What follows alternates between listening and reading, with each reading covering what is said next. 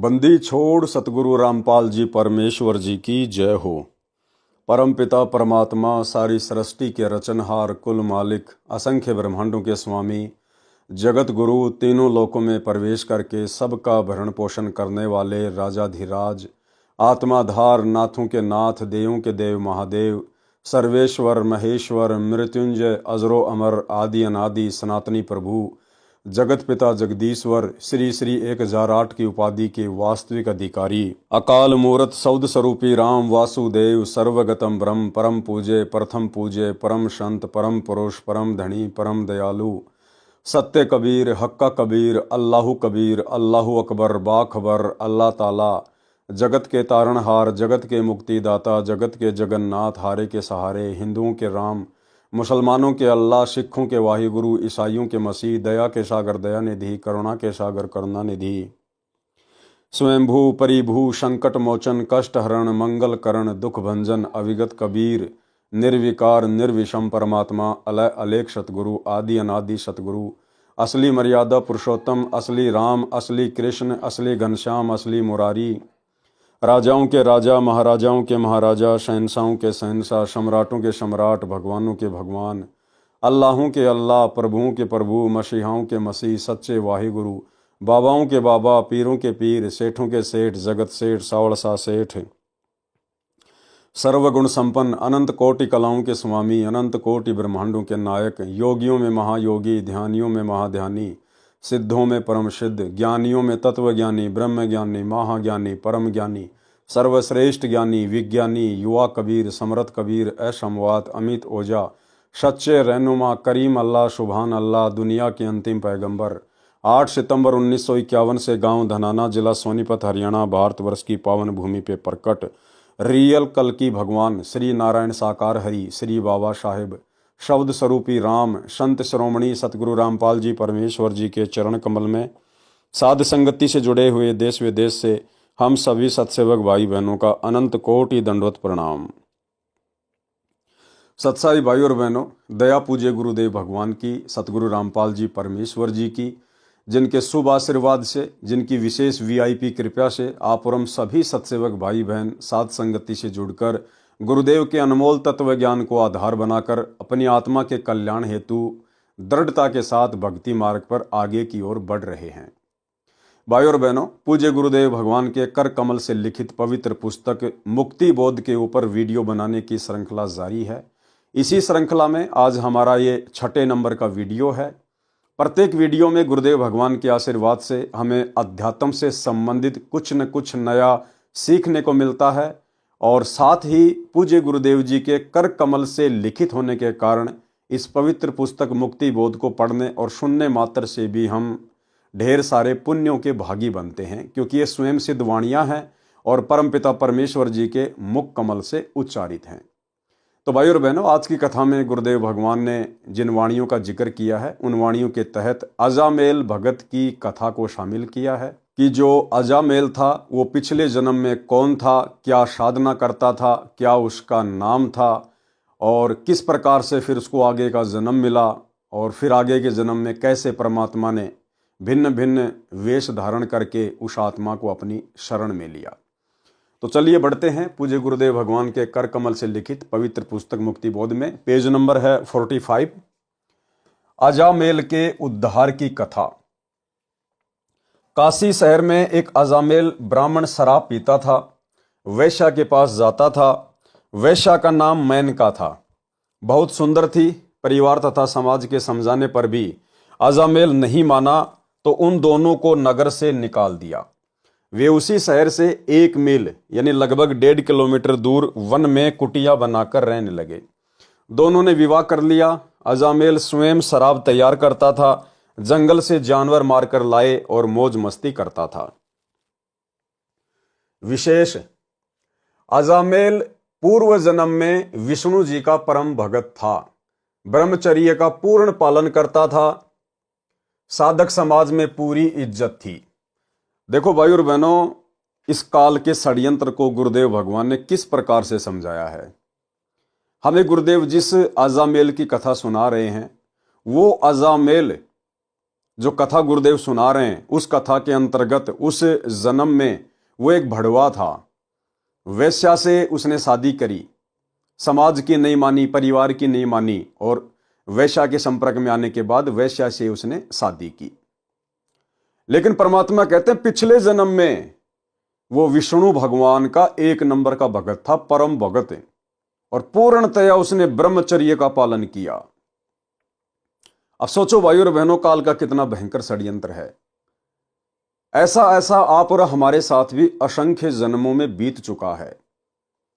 और ये काल यही करता है भाइयों और बहनों, जैसे विष्णु जी को जब वो त्रेता युग में श्री रामचंद्र रूप में जन्मे, तो त्रेता युग में तो विष्णु को इस काल ने एक नंबर का व्यक्ति बना दिया, पत्नी वर्ता बना दिया। श्री रामचंद्र जी के पिता दशरथ ने 4-4 शादियां कर रखी थी। श्री रामचंद्र जी के ससुर राजा जनक ने 10,000 शादियां की हुई थी, और उस समय कोई कितनी शादियां कर ले कोई मनाही नहीं थी। लेकिन त्रेता युग में श्री रामचंद्र जी ने केवल सीता के अतिरिक्त अन्य किसी से विवाह नहीं किया, आजीवन वे पत्नी वर्ता रहे, बहुत अच्छा सा जीवन जी के वो चले गए। और फिर इस काल ने उसी विष्णु को द्वापर युग में श्री कृष्ण जी के रूप में जन्म दिया, और श्री कृष्ण जी के रूप में काल ने उसको व्यभिचारी बना दिया, व्यभिचारी। खुद की 8-8 औरतें, गोपियों की गिनती नहीं, और इसके अलावा एक राजा से 1000 औरतों को युद्ध में जीतकर उनके साथ भी आजीवन संभोग किया। तो ये काल का षड्यंत्र है भाइयों और बहनों, ये किसी को नहीं छोड़ता है। जब इसने अवतारों को नहीं छोड़ा, त्रेता युग में श्री रामचंद्र जी को पत्नी वर्ता बना दिया, और द्वापर युग में गिनती नहीं इतनी औरतों के साथ में संभोग क्रिया में लगा दिया। तो भाइयों और बहनों, ये काल का भयंकर षड्यंत्र है। आनंद ये स्वयं लेता है, और वो जो कर्म है वो जीव के ऊपर रख दिए जाते हैं भोगने के लिए। तो यहीं पर अजामेल के साथ भी यही हुआ। अजामेल के परमात्मा पिछले जन्म की हिस्ट्री बता रहे हैं। अजामेल पूर्व जन्म में विष्णु जी का परम भगत था, ब्रह्मचर्य का पूर्ण पालन करता था, साधक समाज में पूरी इज्जत थी, बचपन से ही घर त्याग कर साधुओं में रहता था। वैश्या भी पूर्व जन्म में विष्णु जी की परम भगत थी। अब अजामेल की जो घरवाली थी वो भी पिछले जन्म में एक नंबर की भगतनी थी, विष्णु जी की परम भगतनी थी वो, और आजीवन उसने भी उस जन्म में ब्रह्मचर्य का ही पालन किया था। वैश्या भी पूर्व जन्म में विष्णु जी की परम भगत थी, ब्रह्मचर्य का पूर्ण पालन करती थी, पर पुरुष की ओर कभी दोष दृष्टि से नहीं देखती थी। इस लक्षण से साधक समाज में विशेष सम्मान था। साधकों में ध्यान समाधि लगाने का विशेष प्रचलन है, जो केवल काल प्रेरणा है। हठ योग है, जो गीता तथा वेदों में मना किया है। एक दिन श्याम सुंदर, अजामेल का पूर्व जन्म का नाम, वो लेटकर समाधि लगाए हुए था। शरीर पर केवल एक कोपीन यानी लंगोट, जो एक 6 इंच चौड़ा तथा 2 फुट लंबा कपड़े का टुकड़ा होता है, जो केवल गुप्तांग को ढकता है, तागड़ी में लपेटा जाता है। तागड़ी क्या होती है? बेल्ट की तरह एक मोटा धागा बांधा जाता है, उसे तागड़ी कहते हैं। वो पहने हुए था। सर्दी का मौसम था, दिन के समय धूप थी। उस समय श्याम सुंदर वैष्णव ने समाधि लगाई थी। रात्रि तक समाधि नहीं खुली। उस समय एक तीर्थ पर मेला लगा था। रामबाई यानी मेनका का पूर्व जन्म का नाम, यानी अजामेल की जो पत्नी थी वर्तमान जीवन में, उसका पिछले जन्म में जो है रामबाई नाम था। तो रामबाई ने देखा ये साधु इतनी सर्दी में निवस्त्र सोया है, नींद में ठंड लग जाए, ये मर न जाए, ये विचार करके उसके ऊपर लेट गई और अपने कंबल से अपने ऊपर से उस साधु को भी ढक लिया। अन्य व्यक्तियों को लगा कि कोई अकेला सो रहा है। भोर भये सूर्य उदय होते होते श्याम सुंदर की समाधि खुली। उसने उठने की कोशिश की, तब रामबाई उठ खड़ी हुई। उस समय एक कंबल से स्त्री पुरुष निकले देखकर अन्य भगत भी उस ओर ध्यान से देखने लगे। श्याम सुंदर ने भगत समाज में अपने मान सम्मान पर ठेस जानकर अपने को पाक साफ सिद्ध करने के लिए रामबाई से कहा कि हे रंडी अर्थात वैश्या, तूने मेरा धर्म नष्ट किया है। मैं तो अचेत था, तूने उसका लाभ उठा लिया, तू वैश्या बनेगी। अन्य साधु भी निकट आकर उनकी बातें सुनने लगे। यानी भाई और बहनों, परमात्मा हमें शिक्षा देना चाहते हैं कि वर्तमान में हमें हर प्रकार की गलतियों से दूर होना पड़ेगा। वो बहन रामबाई, वो उसकी जान बचाने के लिए, उसके शरीर को गर्मी देने के लिए उसके ऊपर लेटी हुई थी, ना कि उसके मन में कोई दोष था। और जैसे सुबह श्याम सुंदर की आंख खुली, अजामेल की आंख खुली, उसने देखा कि एक औरत मेरे ऊपर लेटी हुई है और सब लोग देख रहे हैं और मेरी तो इतनी इज्जत है भगत समाज में, अब क्या होगा। उसने आव देखा ना ताव, और तुरंत उसने अपने मान सम्मान को बचाने के लिए, लोगों को यह दिखाने के लिए कि मैं तो बहुत एक नंबर का भगत हूं, उसको श्राप दे दिया कि तू रंडी बनेगी, वेश्या। भाई और बहनों, वर्तमान में हमने इस प्रकार की गलतियां शौपन में भी नहीं करनी है। पहली बात तो हम कोई गलत काम करेंगे नहीं गुरुदेव से ऐसा अनमोल तत्व ज्ञान लेने के बाद में। दूसरी बात, गुरुदेव हमारे पल पल रक्षक हैं। और तीसरी बात, यदि ऐसी कोई घटना घटित भी हो जाए, हमारे साथ में कोई धोखा भी हो जाए, तो भाई और बहनों, भगत को इज्जत और बेइज्जती की चिंता नहीं होती है। हमारा परमात्मा, हमारा गुरुदेव भगवान अंतर्यामी है। हमने अपने गुरुदेव की नजरों में पाक साफ रहना है, दुनिया चाहे हमारे विषय में कुछ भी क्यों ना सोचे। इसलिए हम लोगों ने जल्दबाजी में कोई फैसला नहीं लेना चाहिए।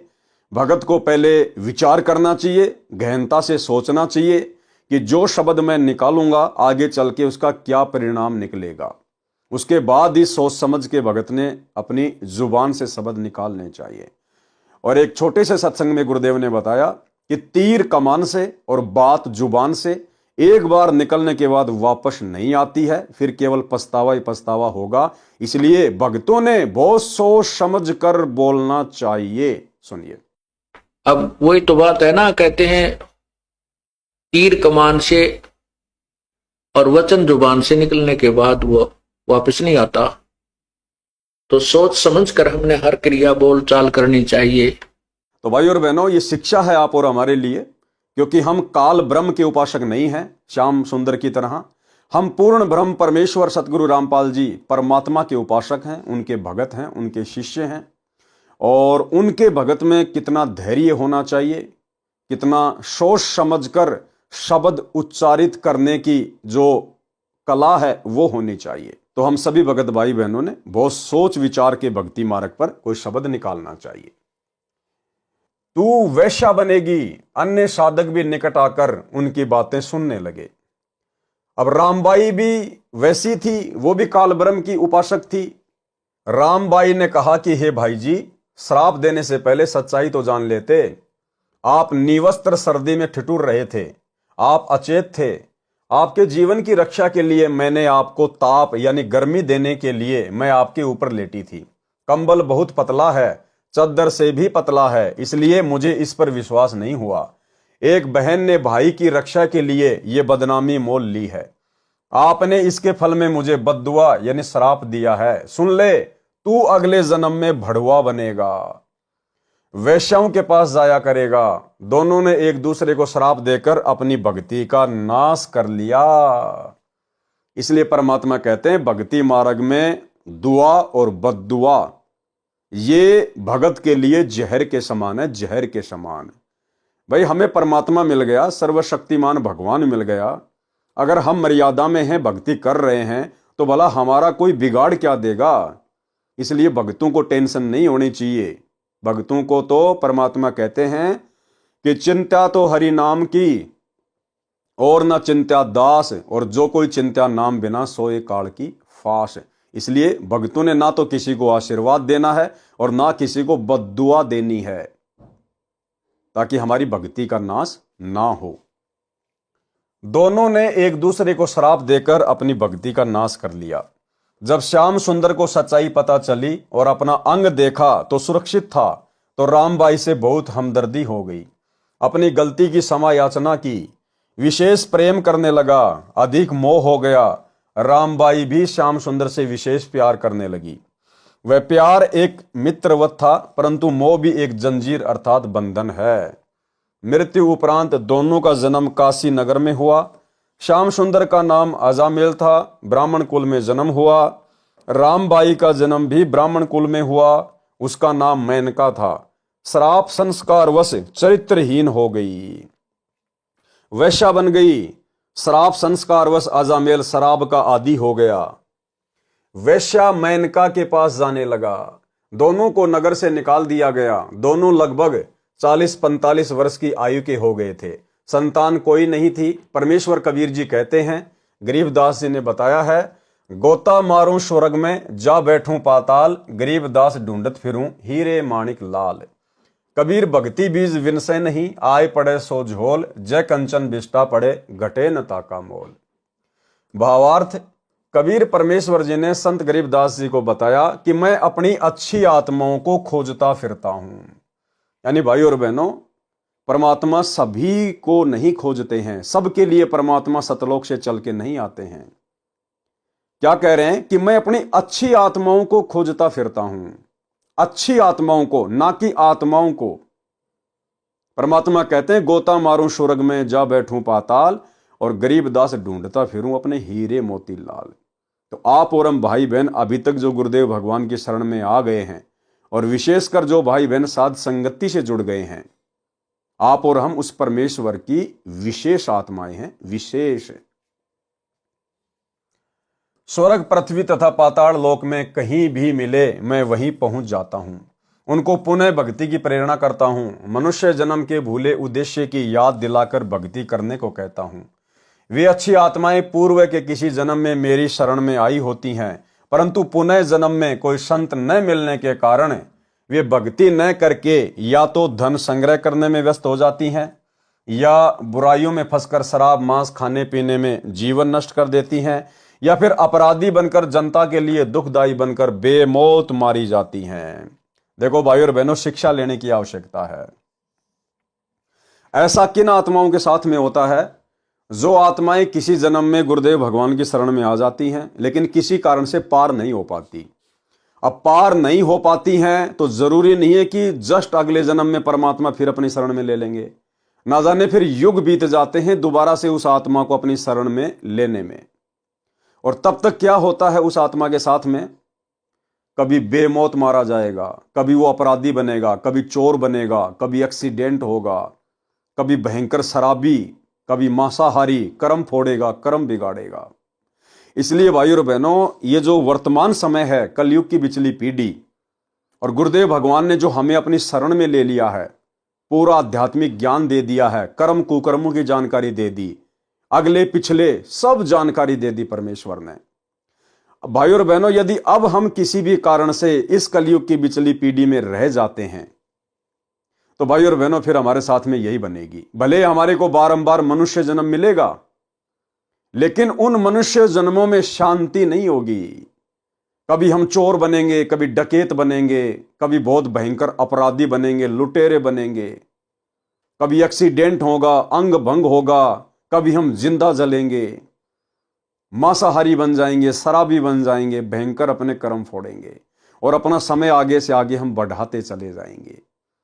इसलिए भाई और बहनों, अगर बात समझ में आई है तो इस कलयुग की बिचली पीढ़ी में आप और हम भाई बहनों का ये अंतिम मनुष्य जन्म होना चाहिए। अंतिम मनुष्य जन्म, अंतिम योनि, हमारा केवल एक ही टारगेट हो जाना चाहिए, केवल शतलोक, इसके अलावा कुछ नहीं। परंतु पुनः जन्म में कोई संत न मिलने के कारण वे भक्ति न करके या तो धन संग्रह करने में व्यस्त हो जाती हैं, या बुराइयों में फंसकर शराब मांस खाने पीने में जीवन नष्ट कर देती हैं, या फिर अपराधी बनकर जनता के लिए दुखदायी बनकर बेमौत मारी जाती है। उनको उस दलदल से निकालने के लिए मैं कोई न कोई कारण बनाता हूं। वे आत्माएं तत्व ज्ञान के अभाव से बुराइयों रूपी कीचड़ में गिर तो जाती हैं, परंतु जैसे कंचन यानी सोना यानी गोल्ड टट्टी में गिर जाए तो उसका मूल्य कम नहीं होता। यानी परमात्मा की नजरों में उन आत्माओं की कीमत कम नहीं होती है। टट्टी यानी बिस्टा से निकाल कर साफ कर लें, उसी मोल बिकता है। इसी प्रकार जो जीव मानव शरीर में एक बार मेरी यानी कबीर परमेश्वर जी की शरण में आ जाता है, इसी प्रकार जो जीव मानव शरीर में एक बार मेरी यानी कबीर परमेश्वर जी की शरण में किसी जन्म में आ जाता है, प्रथम द्वितीय या तीनों मंत्रों में से कोई भी प्राप्त कर लेता है, किसी कारण से नाम खंडित हो जाता है, मृत्यु हो जाती है तो उसको मैं नहीं छोड़ूंगा। क्या कहते हैं परमात्मा? उसको छोड़ूंगा नहीं, लेकिन उसने जन्म तो बढ़ा लिया, अपनी आपत्तियां तो बढ़ा ली, संकट तो बढ़ा लिए। कलयुग में सब जीव पार होते हैं। यदि कलयुग में भी कोई उपदेशी रह जाता है तो सतयुग, त्रेता युग, द्वापर युग में उन्हीं की भक्ति से मैं बिना नाम लिए, बिना धर्म कर्म किए, आपत्ति आने पर अनोखी लीला करके रक्षा करता हूं। जैसे प्रहलाद भगत, ना वो परमात्मा की शरण में था त्रेता युग में, ना उसका गुरु तत्वदर्शी था, ना उसको भक्ति का पता था, ना वास्तविक भक्ति मंत्र था, लेकिन फिर भी परमेश्वर ने आपत्ति आने पर हर बार उसकी सहायता की। क्यों? क्योंकि वो कलयुग की बिचली पीढ़ी में किसी समय सतगुरु रामपाल जी परमेश्वर जी का, अर्थात इस कबीर परमेश्वर का साधक था, लेकिन उसका पैर फिसल गया था।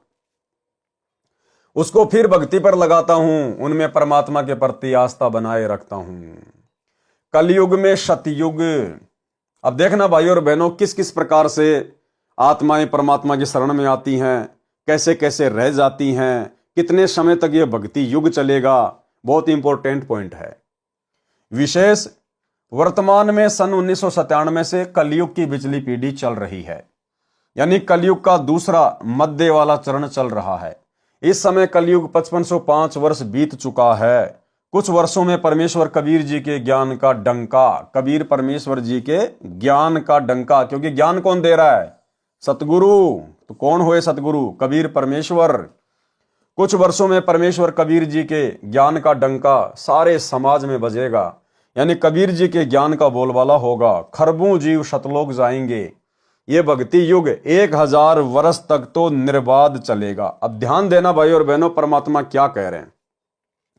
ये भक्ति युग, यानी जो भक्ति सतगुरु रामपाल जी परमेश्वर जी ने शुरू कर दी है, ये भक्ति युग 1000 वर्ष तक तो निर्बाध चलेगा।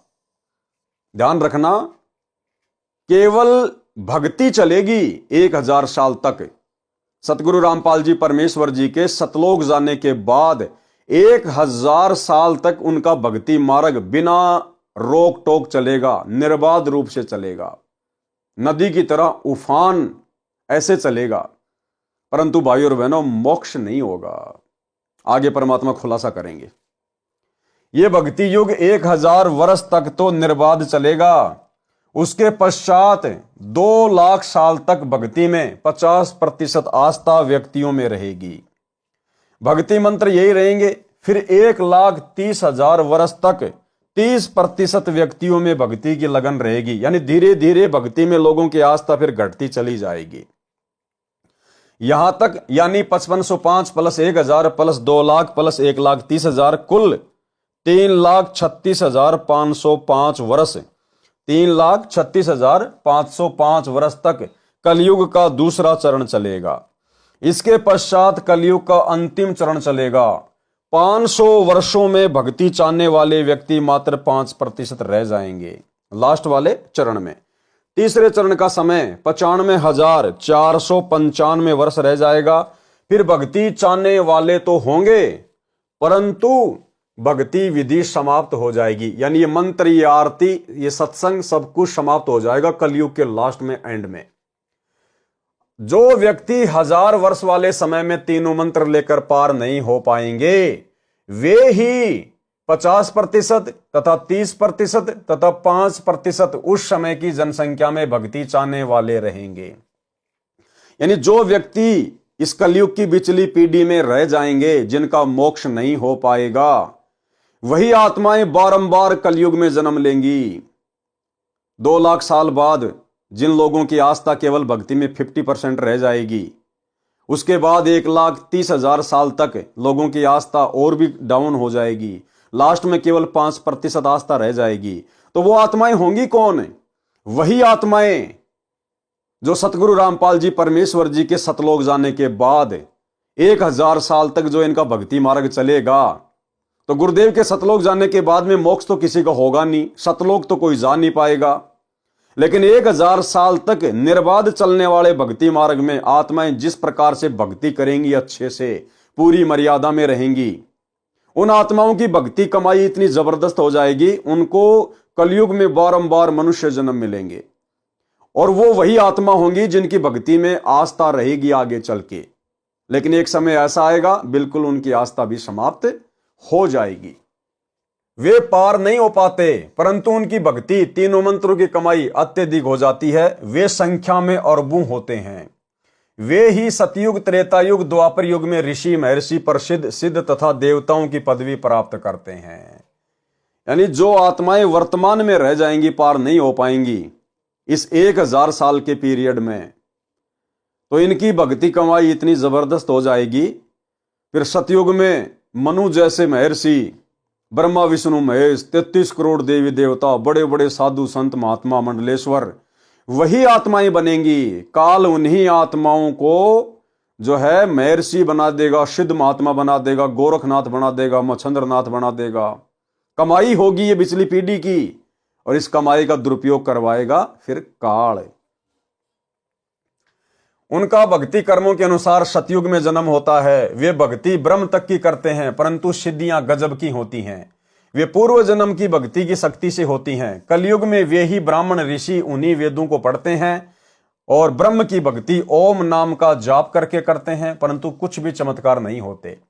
कारण है कि वे तीनों युगों में अपनी पूर्व जन्म की भक्ति शक्ति को श्राप व आशीर्वाद देकर सिद्धियों का प्रदर्शन करके समाप्त करके सामान्य प्राणी रह जाते हैं, परंतु उनमें परमात्मा की भक्ति की चाह विद्यमान रहती है। कलयुग में काल शत्रक हो जाता है, वेद विरुद्ध ज्ञान का प्रचार करवाता है, अन्य देवताओं की भक्ति में आस्था दृढ़ कर देता है। जैसे 1997 से 2505 वर्ष पूर्व, यानी ईसा मसीह से 508 वर्ष पूर्व आदि शंकराचार्य जी का जन्म हुआ था। वे कुल 30 वर्ष तक जीवित रहे। उन्होंने 20 वर्ष की आयु में अपना मत दृढ़ कर दिया कि श्री ब्रह्मा, श्री विष्णु तथा श्री शिव जी, माता दुर्गा तथा गणेश आदि आदि की भक्ति करो। विशेषकर तमगुण भगवान शिव की भक्ति को अधिक दृढ़ किया, क्योंकि वे आदि शंकराचार्य जी शिवलोक से आए थे, शिव जी के गण थे। इसलिए शंकर जी के मार्ग के आचार्य यानी गुरु शंकराचार्य कहलाए। वर्तमान तक राम, कृष्ण, विष्णु, शिव तथा अन्य देवी देवताओं की भक्ति का रंग चढ़ा है। संसार में अरबों मानव भक्ति चाहने वाले हैं। वे किसी न किसी धर्म या पंथ से, गुरु से जुड़े हैं, परंतु भक्ति शास्त्र विरुद्ध कर रहे हैं। परमेश्वर विक्रमी संवत 1455 यानी सन 1398 में प्रकट हुए। 5 वर्ष की आयु में स्वामी रामानंद को ज्ञान समझाया तथा विक्रमी संवत 1575 सन 1518 तक 120 वर्ष संसार में रहे, जिनमें से गुरु पद पर 115 वर्ष रहकर 64 लाख भक्तों में भक्ति की प्रेरणा की, फिर जागृत किया। उनमें पुनः भक्ति बीज बोया, फिर सबकी परीक्षा ली। वे असफल रहे, परंतु गुरुद्रोही नहीं हुए। उनका अब जन्म हो रहा है। यानी अभी तक भी भाई और बहनों, वो 64 लाख भगत जो काशी में फैल हुए थे, अभी तक वो 64 लाख कंप्लीट भगत गुरुदेव की शरण में नहीं आ पाए हैं। और गुरुदेव कह रहे हैं सबसे पहले मेरी शरण में वो आएंगे जो 64 लाख हैं, लेकिन अभी तक वो 64 लाख गुरुदेव की शरण में नहीं आ पाए हैं। ये सतलोक आश्रम मैनेजमेंट हरियाणा तो डींग मारता है। 2 करोड़ भगत हो गए, 5 करोड़ भगत हो गए, केवल राजनेताओं को वोट बैंक दिखाने के लिए। हकीकत यह है कि वर्तमान में सतगुरु रामपाल जी के 2024 तक 64 लाख भगत भी नहीं हैं। आप खुद सतगुरु रामपाल जी के मुख कमल से सुन लीजिए, हिसार जेल से आई हुई ऑडियो। उसमें गुरुदेव स्वयं कह रहे हैं कि आप वही 64 लाख हो जो काशी में फैल हो गए थे और अब धीरे धीरे आ रहे हैं। यानी अभी 64 लाख भी पूरे नहीं आए। सुनिए। लेकिन हम इतने ढीठ हैं, सब समर्थ को सामने देखकर भी हमने कदर नहीं की उसकी। हम अपनी अहंकार में सिड़ गए। 64 लाख से श्वेत उस पिता के, वो उनमें से आप ही हो और इब आ रहे हैं, वो वही है। फिर सबकी परीक्षा ली, वे असफल रहे, परंतु गुरुद्रोही नहीं हुए। उनका अब जन्म हो रहा है। सर्वप्रथम वे 64 लाख मेरे संत रामपाल दास से जुड़ेंगे। उसके पश्चात वे जन्मेंगे जिन्होंने 1000 वर्ष के पश्चात 2 लाख तथा 1,30,000 वर्ष तक भक्ति में लगे रहे, परंतु पार नहीं हुए। जो 64 लाख हैं, ये वे प्राणी हैं जो 1000 वर्ष वाले समय में रह गए थे। आ गई होगी बात समझ में भाई और बहनों। 64 लाख भगत कौन है? जो पिछले कलयुग की पिछली पीढ़ी में 1000 साल वाले पीरियड में रह गए थे, जो पार नहीं हो पाए थे। इसलिए भाई और बहनों, हम इस समय को ना चूकें। ये बहुत अनमोल समय है। ये मोक्ष का द्वार केवल थोड़े से समय के लिए खुला हुआ है। जब तक सतगुरु रामपाल जी के पावन चरण कमल धरती पे हैं, तब तक भाई और बहनों मोक्ष है। उसके बाद में मोक्ष नहीं है। केवल फिर आपकी भक्ति बनेगी, कमाई बनेगी, आपके पुण्य बनेंगे, आप बारंबार मनुष्य जन्म प्राप्त करेंगे। अरे अगर इस परमेश्वर की गैर हाजिरी में, सतगुरु रामपाल जी परमेश्वर जी की गैर हाजिरी में यदि मोक्ष होना हो, तो भाई और बहनों फिर इस परमात्मा को सतलोक से चलकर इस गंदे लोक में भला आने की जरूरत क्या? क्यों इतना कष्ट उठा रहे हैं? क्यों इतना संघर्ष कर रहे हैं? 2 कोटि के जीवों की गालियां खा रहे हैं। अगर इनकी गैर हाजिरी में ही मोक्ष होना हो, तो परमात्मा क्या सतलोक में बैठा बैठा मोक्ष नहीं कर सकता? क्या सतलोक में बैठा बैठा परमात्मा अपनी आत्माओं को इस मृत्यु लोक से वापस नहीं ले सकता? भाई हमें सतलोक से परमात्मा ने सतलोक में बैठे बैठे तो यहां पर भेजा था। दुर्गा के अंतःकरण में फिट कर दिया, दुर्गा और काल को श्राप दे दिया, उसके 21 ब्रह्मांड विमान की तरह चल पड़े। परमात्मा थोड़ी आए थे हमारे साथ में यहां छोड़ने के लिए। तो जो परमात्मा सतलोक में बैठा बैठा हम आत्माओं को यहां भेज सकता है, क्या वो परमात्मा सतलोक में बैठा बैठा आज हमें वापस नहीं ले सकता? लेकिन भाई और बहनों, इस परमेश्वर के कुछ नियम हैं, कुछ मर्यादा हैं। इसलिए जब तक गुरुदेव भगवान के पावन चरण कमल धरती पे हैं, और यदि आपने उनसे उपदेश ले लिया, और यदि आजीवन मर्यादा में रहेंगे, कभी भी अपने नाम को खंड नहीं होने देंगे, तो भाई और बहनों ये परमात्मा आपको स्वीकार करेगा। तो परमात्मा कह रहे हैं वो जो काशी में 64 लाख जो फैल हुए थे, वो कौन थे? वही थे जो कभी किसी कलयुग की पिछली पीढ़ी में जो पार नहीं हो पाए। उनको परमात्मा ने फिर बारंबार मनुष्य जन्म देकर और 64 लाख को अपनी शरण में लिया। फिर हमारी बैटरी चार्ज की परमात्मा ने 650 साल पहले, और फिर परमेश्वर ने हमें वर्तमान समय में मानव जन्म दिया। तो सबसे पहले तो मौका है 64 लाख को, सबसे पहले मौका है 64 लाख को। और उसके बाद भाई और बहनों नई कलम चढ़ेगी, केवल नई कलम चढ़ेगी। एक छोटा सा सत्संग गुरुदेव भगवान का, जिसमें परमात्मा कहते हैं कि पार तो 64 लाख ही होंगे जो काशी में बिछुड़ गए थे। बाकी परमात्मा नई कलम भी चढ़ाएंगे। नई कलम यानी प्रथम बार भी आत्माओं को, चाहे कितनी आत्माएं क्यों ना हो, जो उनकी शरण में आना चाहे, अरबों खरबों परमात्मा अपनी शरण में लेंगे, नई कलम चढ़ाएंगे, भक्ति का बीज डालेंगे। लेकिन पार होने का मौका केवल उन 64 लाख आत्माओं को ही है। तो एक छोटा सा सत्संग सुनिए। में 64 लाख थे, और अब के वो 64 लाख तो होंगे ही होंगे। हो सकता है एक और भी नई कलम भी चढ़ा दे परमात्मा, नई कलम भी लगाएंगे। क्योंकि भक्ति का प्रारंभ होना ये बहुत ही ईश्वरीय रजा, और ऐसे कोई सर्कमस्टांस, ऐसे कोई परमात्मा माहौल पैदा करता है जिसके कारण ये प्राणी और कोई विकल्प ना जानकर ईश्वर की ही शरण चाहता है, तो वो भी उसके ऊपर एक मेहर होती है। चाहे कोई दुख में प्रभु की तरफ अग्रसर होता है, चाहे कोई सुख में अग्रसर होता है, वो उसका बहुत ही अच्छा पुण्य और प्रभु की विशेष रजा होती है। किसी भी कारण से आप परमात्मा के चरणों में पहुंच जाते। हम बता रहे थे आपको कि जाप अजप्पा मिल जावे, फिर सुमरण में मन लाना। तो भाई और बहनों, सत्संग सुन के आपकी समझ में आ गई होगी बात।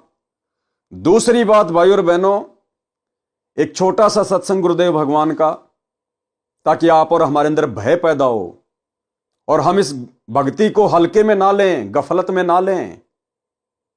गुरुदेव भगवान कह रहे हैं कि बच्चों, आज से पहले यह भक्ति नहीं थी, और इस दास के जाने के बाद यह भक्ति समाप्त हो जाएगी। भक्ति यानी मोक्ष। अरे भक्ति तो पहले भी थी। भक्ति क्या सतयुग में नहीं थी क्या? क्या सतयुग में परमात्मा नहीं आए थे क्या सत्सुकृत नाम से? तो उस समय क्या उन्होंने लोगों को भक्ति नहीं दी थी। त्रेता युग में परमात्मा मुनिंद्र रूप में आए थे, लाखों को भक्ति दी। फिर द्वापर में परमात्मा करुणामय रूप में आए, लाखों को भक्ति दी। और 650 साल पहले परमात्मा अपने ओरिजिनल नाम से आए, कबीर नाम से, 64 लाख को भक्ति दी।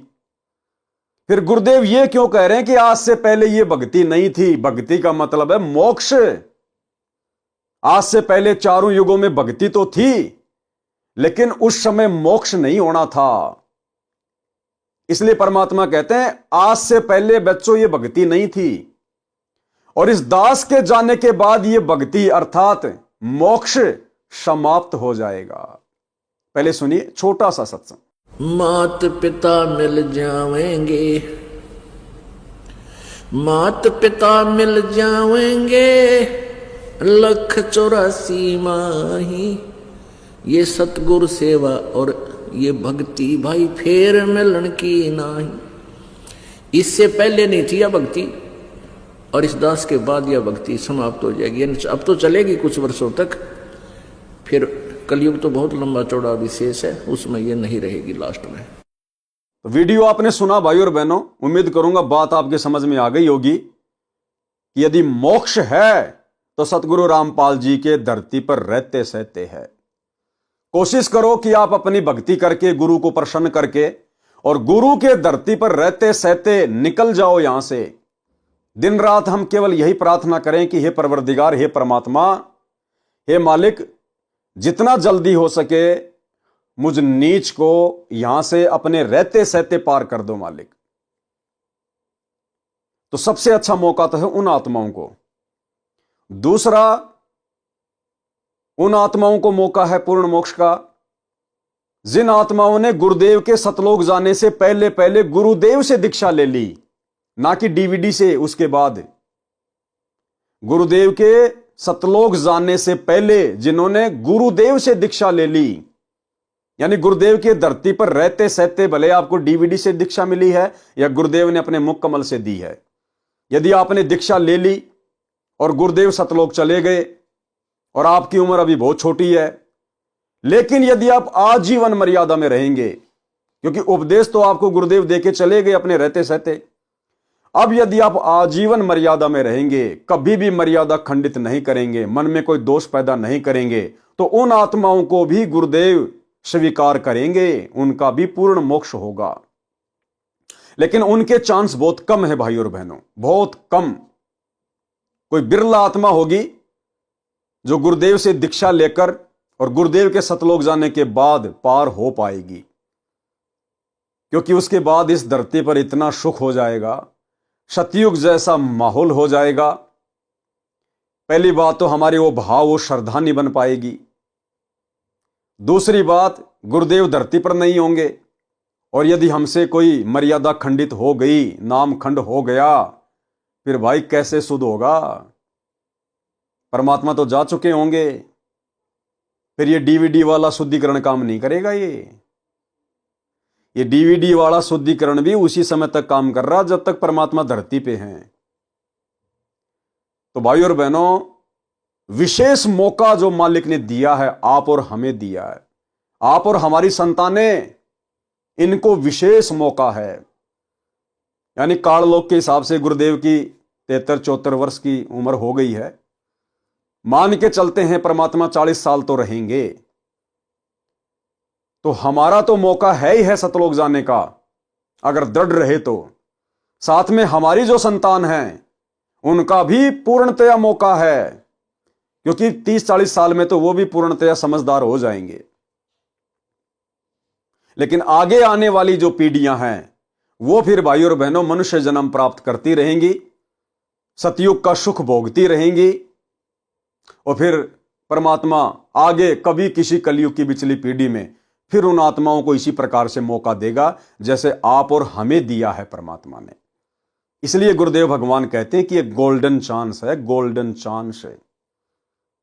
और दूसरी बात आप देख रहे वर्तमान में, वर्तमान में गुरुदेव भगवान के इतने प्रयास करने के बावजूद, इतना ज्ञान समझाने के बावजूद, सब कुछ खोल के रख दिया, साहिब ने भेद दिया सब खोल अपनी सतलोक राजधानी का।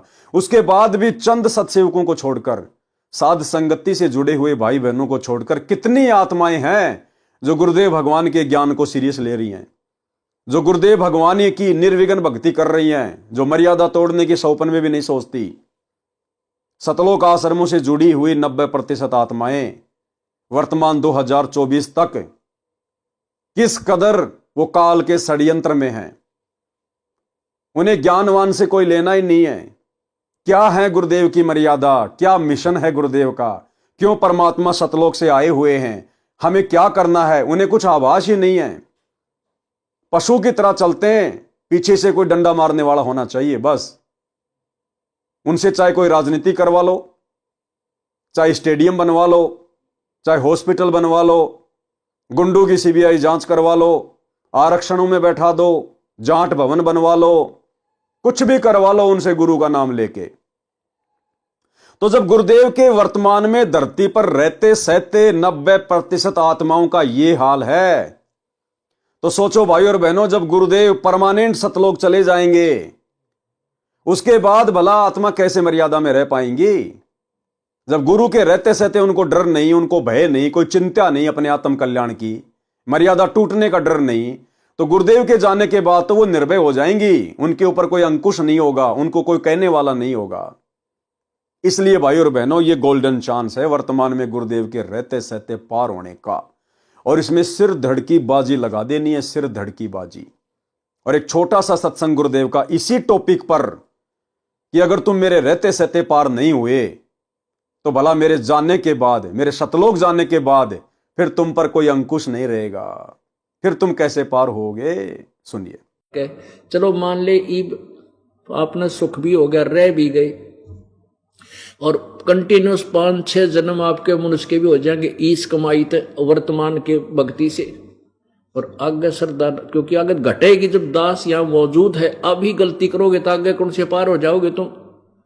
अब तो हर तरह से मर्यादा आपको समझाता हूं, ये बताता हूं ये गलती मत करो, तुम्हें फाउल पॉइंट बताता हूं कि ये गलत, ये पॉइंट फाउल है, तेरा नाम खंड हो गया। तो अब भी जब रह जाओगे तो फिर आगे कैसे पार होगे तुम।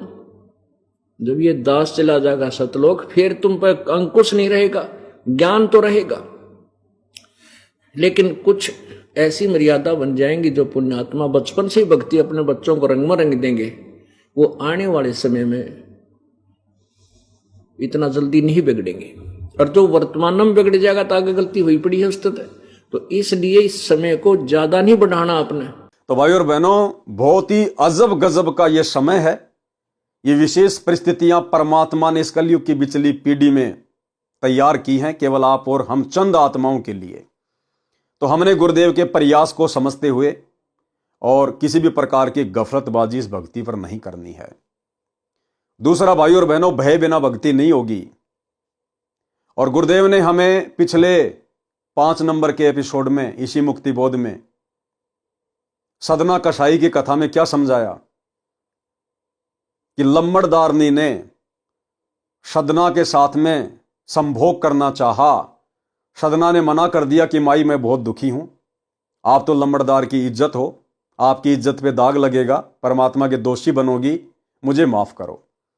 तो लम्बड़दारनी ने सोचा कि ये लम्बड़दार को बताएगा, उससे पहले क्यों ना तू बता दे। तो उसने जाके लम्बड़दार के सामने रोना शुरू कर दिया और सदना के विषय में उल्टी सीधी बातें बोलनी शुरू कर दी कि ये मेरी इज्जत लूटना चाहता था।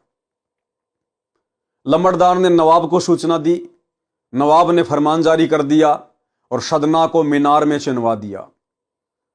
और जैसे लोग सदना को मीनार में चिन के अपने अपने घर जाने लगे कि दम घुट घुट के मरेगा, उसी समय धमाका हुआ, विस्फोट हुआ। कुछ ईंटें नवाब के घर पे जाके गिरी, कुछ लम्बड़दार के घर पे जाके गिरी, और लम्बड़दारनी के दोनों जो स्तन थे वो कट के नीचे गिर गए। भयंकर पीड़ा, दर्द, चिल्लारी। अंत में उस लम्बड़दारनी ने अपनी गलती को सार्वजनिक करना पड़ा, सबके सामने सदना से माफी मांगनी पड़ी। तब जाकर धीरे धीरे उसके स्तनों का घाव भरा, लेकिन निशान फिर भी रह गए। यानी भाई और बहनों, संकेत है कि आने वाले समय में जो 1000 साल तक ये भक्ति मार्ग चलेगा और वर्तमान में जो शुरू हो चुका है, हम सब के ऊपर ये नियम समान रूप से लागू है। आने वाले समय में यदि सतगुरु रामपाल जी परमेश्वर जी के भक्ति मार्ग में यदि कोई गफलत करेगा, जानबूझ के बकवाद करेगा, कोई भयंकर मर्यादा तोड़ेगा, किसी की माता बहन के प्रति गंदी नजर रखेगा या छेड़खानी करेगा, शराब पिएगा, मांस खाएगा, व्यभिचार करेगा, चोरी डकैती करेगा, नियत खराब करेगा, तो उसके ऊपर भयंकर तरीके से कष्ट आएगा, जैसे लंबड़दारनी के ऊपर आया, दोनों स्तन कट गए। और उस समय तक परमात्मा उस भगत को उस गलती से निजात नहीं देंगे, उसको माफ नहीं करेंगे। उस भगत को कोई राहत नहीं मिलेगी जब तक वो भगत अपनी गलती की भगत समाज में सार्वजनिक माफी नहीं मांगेगा। यानी आपने अगर किसी बहन बेटी से गलत व्यवहार किया है, छेड़खानी की है, तो ऑटोमेटिक सिस्टम चलेगा आपके ऊपर, ऑटोमेटिक आपके ऊपर आपत्ति आनी शुरू होंगी, कष्ट आएंगे। और वो कष्ट आपके उसी समय मिटेंगे जब आप अपनी गलती को सार्वजनिक करेंगे कि भाई और बहनों, मेरे से तो ये गलती बन गई, मैंने तो इस बहन के प्रति ऐसा गलत सोचा और मैंने ये कुकर्म कर डाला। उसके बाद परमात्मा आपको राहत देगा, लेकिन वो दाग आजीवन आपके माथे पे लगा रहेगा। जैसे लंबड़दारने के स्तन के घाव भर गए, लेकिन वो निशान रहे। तो भाई और बहनों, समझ जाओ, विशेषकर साध संगति से जुड़े हुए भाई बहन जिनको परमात्मा ने समझदार बना दिया, मोक्ष के योग्य बना दिया, अब आप और हमारी गलतियां माफ नहीं होंगी, बिल्कुल माफ नहीं होंगी। और यदि अब साध संगति से जुड़कर कोई भाई बहन गलती करेंगे तो भाई और बहनों, उनको विशेष परेशानियों के दौर से गुजरना पड़ेगा।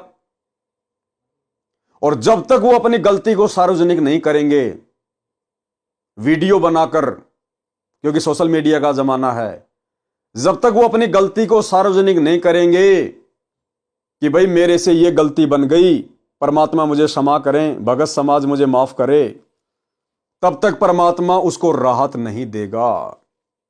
इसलिए गलतियां करने से ही बचें, अन्यथा भक्ति से जाओगे और इज्जत से जाओगे, भक्ति से भी और इज्जत से भी। और इसी संबंध में भाई और बहनों, गुरुदेव ने एक सत्संग में कथा सुनाई कि एक व्यक्ति ने ऐसा कोई जुर्म कर दिया और सजा के तौर पर उसको कहा गया कि या तो 100 कोड़े खा ले या फिर 100 प्याज खा ले। तो उस व्यक्ति ने सोचा क्यों ना मैं प्याज खा लेता हूं, कोड़े में तो दर्द होगा। तो उसने प्याज खाना शुरू कर दिया, 10, 15, 20 प्याज खाई, आगे नहीं खाई गई तो बोला भैया कोड़े खा ले। फिर उसने कोड़े भी खाए। यानी पहले तो उसने प्याज खाना शुरू किया कि मैं बच जाऊंगा, लेकिन 100 प्याज थोड़ी खाई जाती हैं। बोला भाई साहब नहीं खाई जा रही, तो बोला भैया कोड़े खा ले। फिर उसने कोड़े भी खाए, यानी डबल सजा भुगती उसने, डबल सजा। अगर पहले वो कोड़े खा लेता तो प्याज खा के पेट खराब करने की कहां आवश्यकता थी। तो इसी प्रकार भाई और बहनों, आने वाले समय में डबल डबल सजा भुगतनी पड़ेगी अगर सतगुरु रामपाल जी भगवान के भगत अगर गलती करेंगे तो, क्योंकि धरती पर इनके भक्तों के अलावा और कोई रहेगा भी नहीं। 2028 युग परिवर्तन का समय है, जितनी भी जनसंख्या बचेगी वो केवल इन्हीं की भक्ति करेगी, डर के मारे। ज्ञान आधार से तो केवल वर्तमान में जुड़ रहे हैं, आगे आने वाले समय में कोई मोक्ष के लिए नहीं जुड़ेगा, कोई ज्ञान को समझ के नहीं जुड़ेगा। जब सामने मौत दिखाई देगी उस समय केवल अपनी जीवन रक्षा के लिए। तो भाई और बहनों, परमात्मा की विशेष मेहर है आप और हमारे ऊपर। समय रहते हम समझ जाएं, इन उदाहरणों को अपने जीवन में अमल कर लें, अन्यथा डबल सजा के भागी होंगे। अगर कोई गलती हमने कर दी तो मोक्ष से भी जाएंगे और सर्व समाज के सामने बेइज्जत भी होना पड़ेगा। इसलिए हम गलतियां करने से बचें। सर्वप्रथम वे 64 लाख मेरे यानी संत रामपाल दास से जुड़ेंगे। उसके पश्चात वे जन्मेंगे जिन्होंने 1000 वर्ष के पश्चात 2 लाख तथा 1,30,000 वर्ष तक भक्ति में लगे रहे, परंतु पार नहीं हुए। जो 64 लाख हैं ये वे प्राणी हैं जो 1000 वर्ष वाले समय में रह गए थे। क्योंकि भैया सुख इतने हो जाएंगे, आपकी आस्था नहीं बनेगी, वो श्रद्धा नहीं बनेगी जो आज है गुरुदेव भगवान के प्रति, और ना वो डर ना वो भय होगा जो आज है। इसलिए जो उस 1000 साल के समय में रह जाते हैं, फिर उनको परमात्मा जब धर्मराज के दरबार में वो खड़े होते हैं, विशेष विनती करते हैं, उस समय परमात्मा उनको वहां से छुड़वा के फिर मिनी सतलोक में बैठा देता है। परंतु धर्मराज के दरबार में अधिक विलाप किया कि हमने तो सतलोक जाना है। परमात्मा कबीर जी गुरु रूप में प्रकट होकर उनको धर्मराज से छुड़वाकर मिनी सतलोक में ले गए थे। उनका जन्म अपने आने के यानी कलयुग में विक्रमी संवत 1455 के समय के आसपास दिया था, जो अभी तक मानव जीवन प्राप्त करते आ रहे हैं। कैसे होगा कलयुग में सतयुग? अब देखो भाई और बहनों, ये संकेत ही होते हैं। आज विज्ञान अपनी चरम सीमा पे है। ये वैज्ञानिक अपने आप को भगवान से कम नहीं समझते, और ये इंटरनेट वगैरह, टेलीविजन, मोबाइल, थोड़ी बहुत ही विज्ञान टेक्नोलॉजी, ये सुख सुविधा प्राप्त करके और थोड़ी बहुत कोई शिक्षा प्राप्त करके आदमी अपने आप को भगवान से बहुत दूर ले जा चुका है कि कोई भगवान नहीं, कोई परमात्मा नहीं, सब अपने आप ही बनता है, अपने आप ही नष्ट होता है। कहां है भगवान? दिखाओ भगवान। अब परमेश्वर क्या संकेत कर रहे हैं कि ये जो युग परिवर्तन का समय है 2028, उसके बाद में ये विज्ञान भी रुक जाएगी, थम जाएगी। अब इससे ज्यादा परमात्मा को विज्ञान की आवश्यकता नहीं है। जो जो उपकरण परमात्मा ने बनवाने थे, जो जो आविष्कार करवाने थे, वो करवा दिए परमात्मा ने, और काल ने जमकर उनका दुरुपयोग भी करवा लिया। अब परमात्मा आगे इनका सदुपयोग करवाएगा। अब विज्ञान आगे तेज गति से नहीं बढ़ेगी। आज जिस प्रकार से ये दुनिया भौतिकवाद की चक्काचौंध में फंसी हुई है, आधुनिकीकरण में, विकास के नाम पर विनाश का सामान तैयार करके बैठी है, बारूद के ढेर पे दुनिया बैठी है, माचिस लगाने की देर है। तो ये परमेश्वर आने वाले समय में इस विज्ञान को भी नष्ट करेंगे। नष्ट करने का मतलब केवल इतना ही रखेंगे जो हमारी भक्ति में किसी प्रकार से बाधा उत्पन्न ना कर सके। आज जिस प्रकार से बड़ी बड़ी फैक्ट्रियां, कल कारखाने, उद्योग वगैरह, परमात्मा इन सबको सीमित कर देंगे।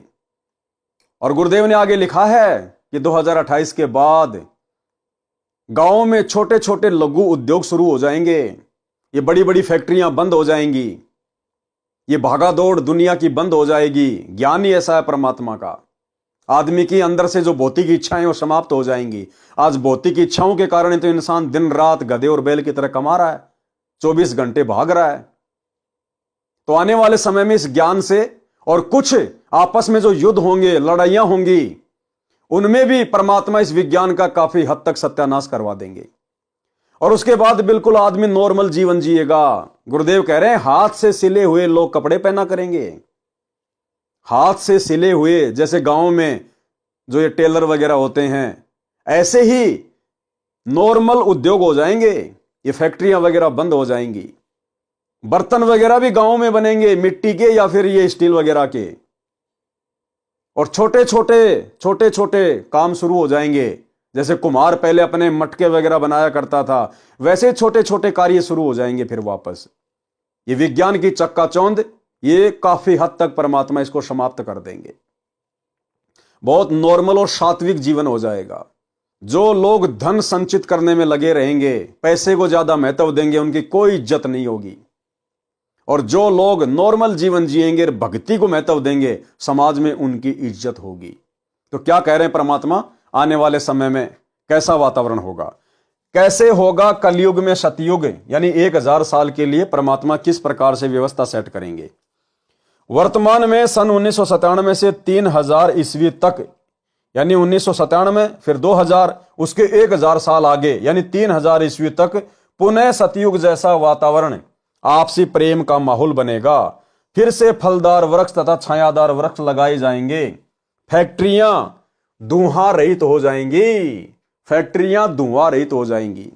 आज जैसे डीजल से चल रही हैं, लाइट से चल रही हैं, कोयले से चल रही हैं, दुनिया भर के आइटम बनाए जाते हैं, मार्केट में बेच दिए जाते हैं, पटक दिए जाते हैं बना बना के।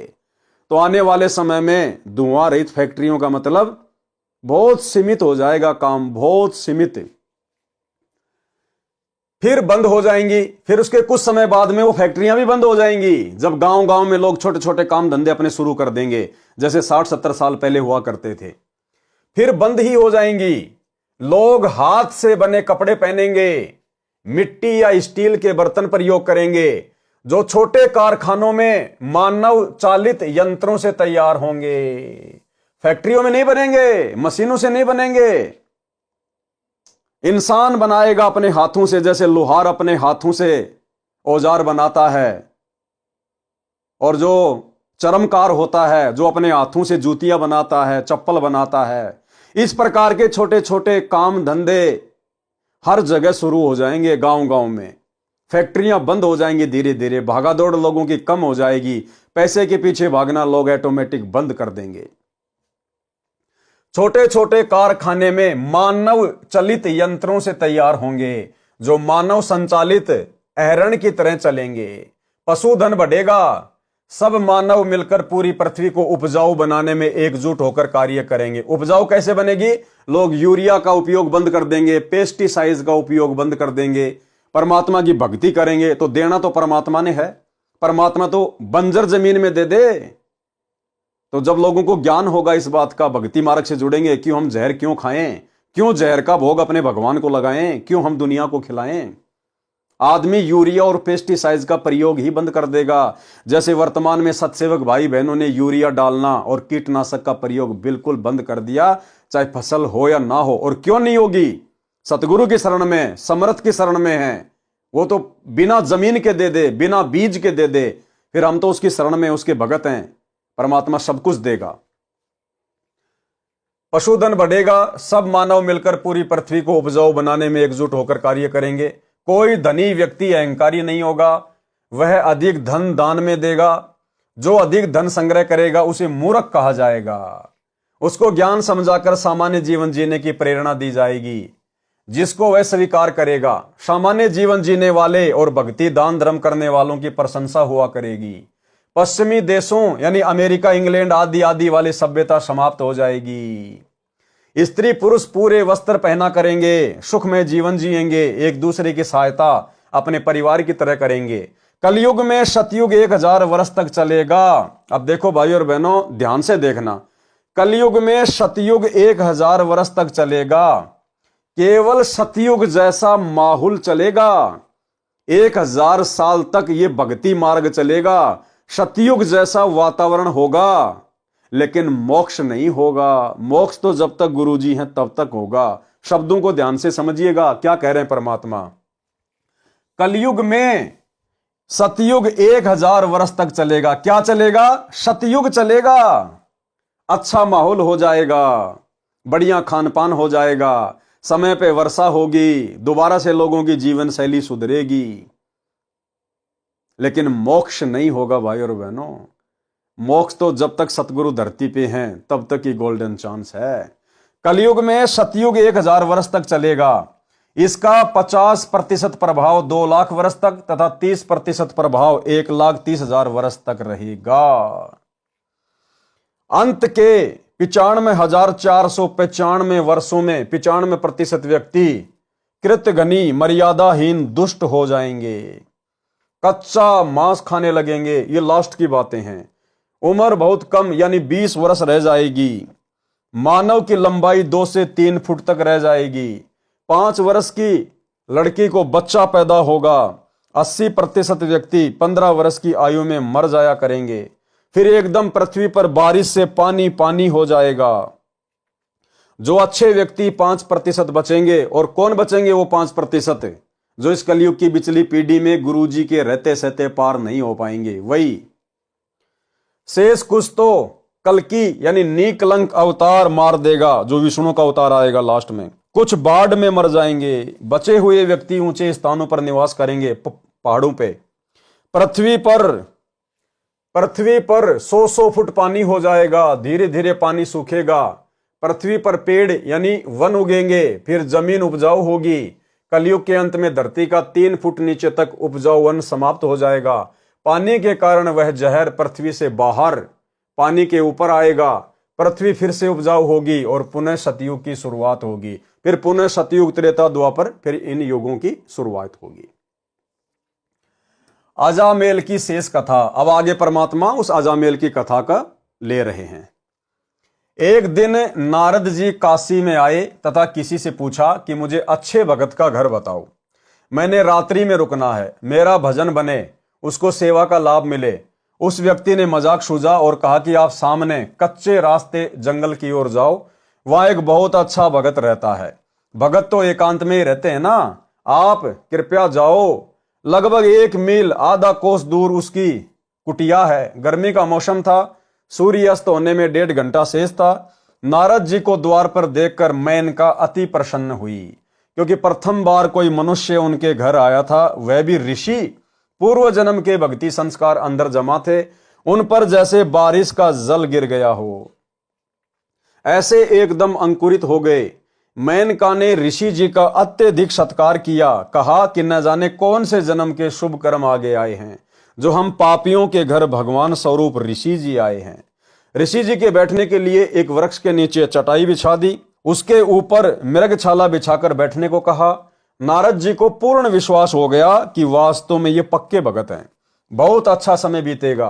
कुछ देर में अजामेल आया और जो तीतर खरगोश मारकर लाया था वह लाठी में टांग कर आंगन में प्रवेश हुआ। अपनी पत्नी से कहा कि ले रसोई तैयार कर। सामने ऋषि जी को बैठे देखकर दंडवत प्रणाम किया और अपने भाग्य को सराहने लगा। कहा कि ऋषि जी, मैं स्नान करके आता हूं, तब आपके चरण चंपी करूंगा।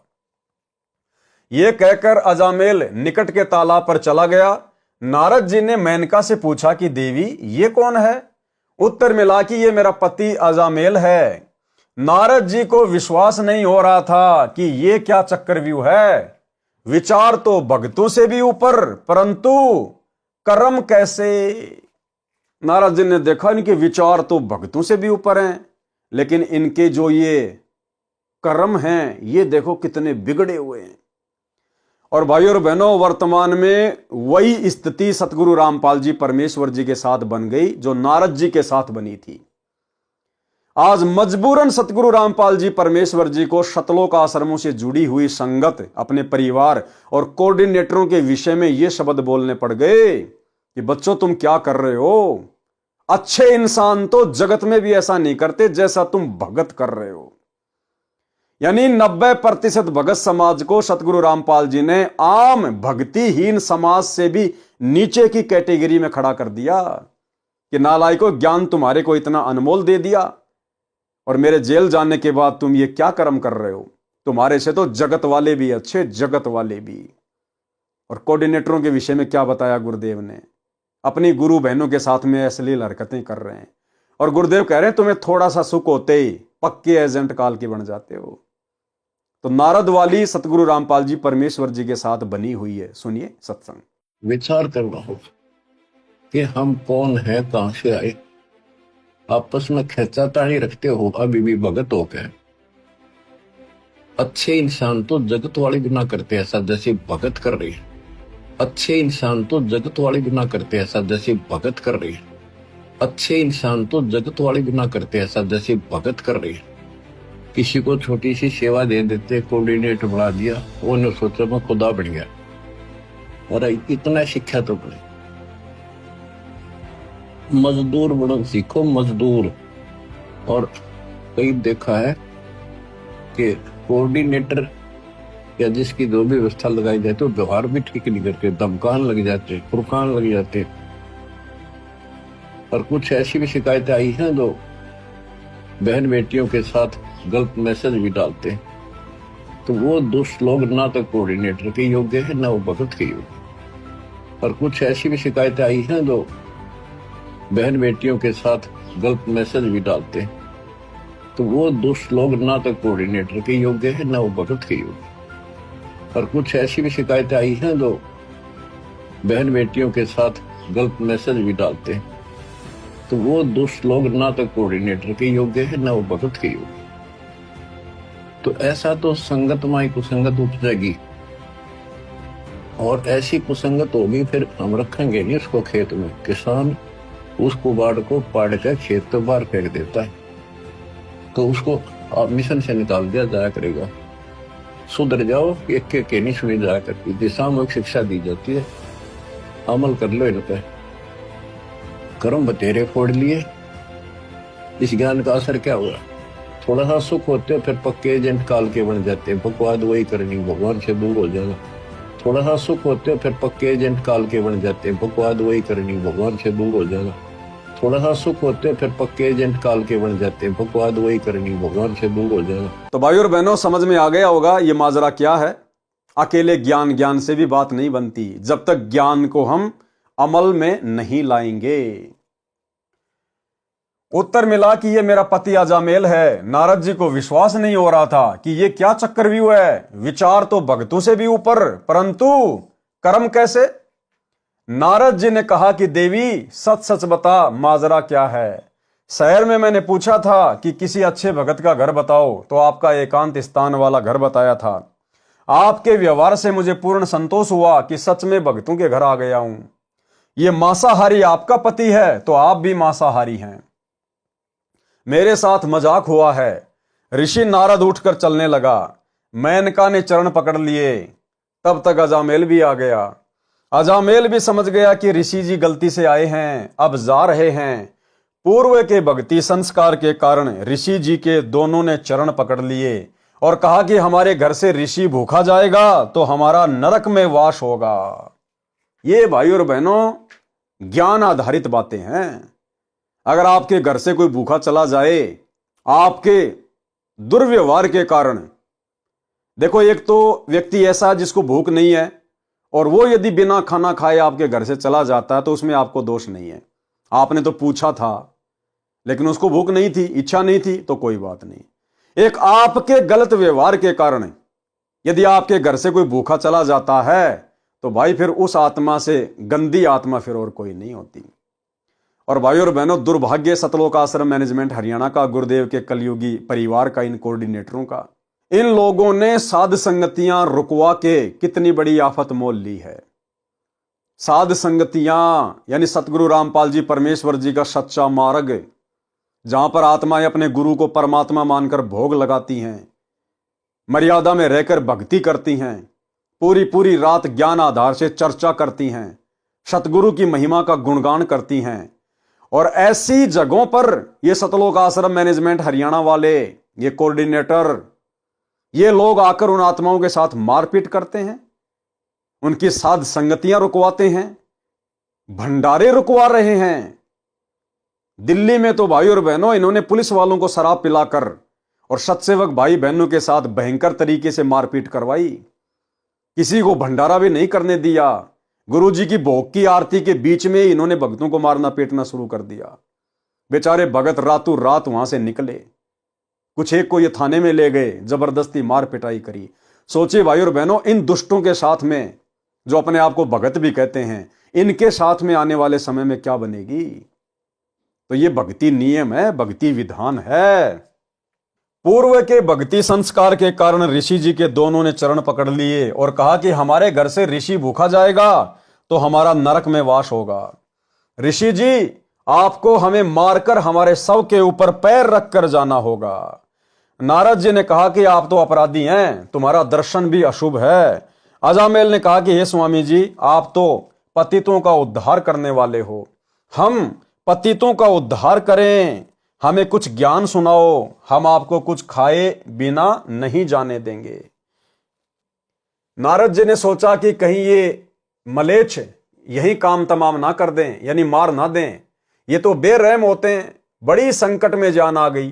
कुछ विचार करके नारद जी ने कहा कि यदि कुछ खिलाना चाहते हो तो प्रतिज्ञा लो कि कभी जीव हिंसा नहीं करेंगे, मांस शराब का सेवन नहीं करेंगे। दोनों ने एक सुर में हां कर दी। सौगंध है गुरुदेव, कभी जीव हिंसा नहीं करेंगे, कभी शराब मांस का सेवन नहीं करेंगे। नारद जी ने कहा कि पहले ये मांस दूर डाल कर आओ और शाकाहारी भोजन पकाओ। तुरंत अजामेल ने वह मांस दूर जंगल में डाला। मेनका ने कुटिया की सफाई की, फिर पानी छिड़का, चूल्हा लिपा। अजामेल बोला कि मैं शहर से आटा लाता हूं, मेनका तुम सब्जी बनाओ। नारद जी की जान में जान आई। भोजन खाया। गर्मी का मौसम था। एक वृक्ष के नीचे नारद जी की चटाई बिछा दी। स्वयं दोनों बारी बारी सारी रात पंखे से हवा चलाते रहे। नारद जी बैठकर भजन करने लगे। फिर कुछ समय पश्चात आंखें खुली तो देखा कि दोनों अडिग सेवा कर रहे हैं। नारद जी ने कहा कि आप दोनों भक्ति करो, राम का नाम जाप करो। दोनों ने कहा कि ऋषि जी भक्ति नहीं कर सकते, रुचि ही नहीं बनती, और कोई सेवा बताओ। परमेश्वर कबीर जी ने कहा है कि कबीर पिछले पाप से हरि चर्चा ना सुहावे, कह ऊंगे के उठ चले, कह और बात चलावे।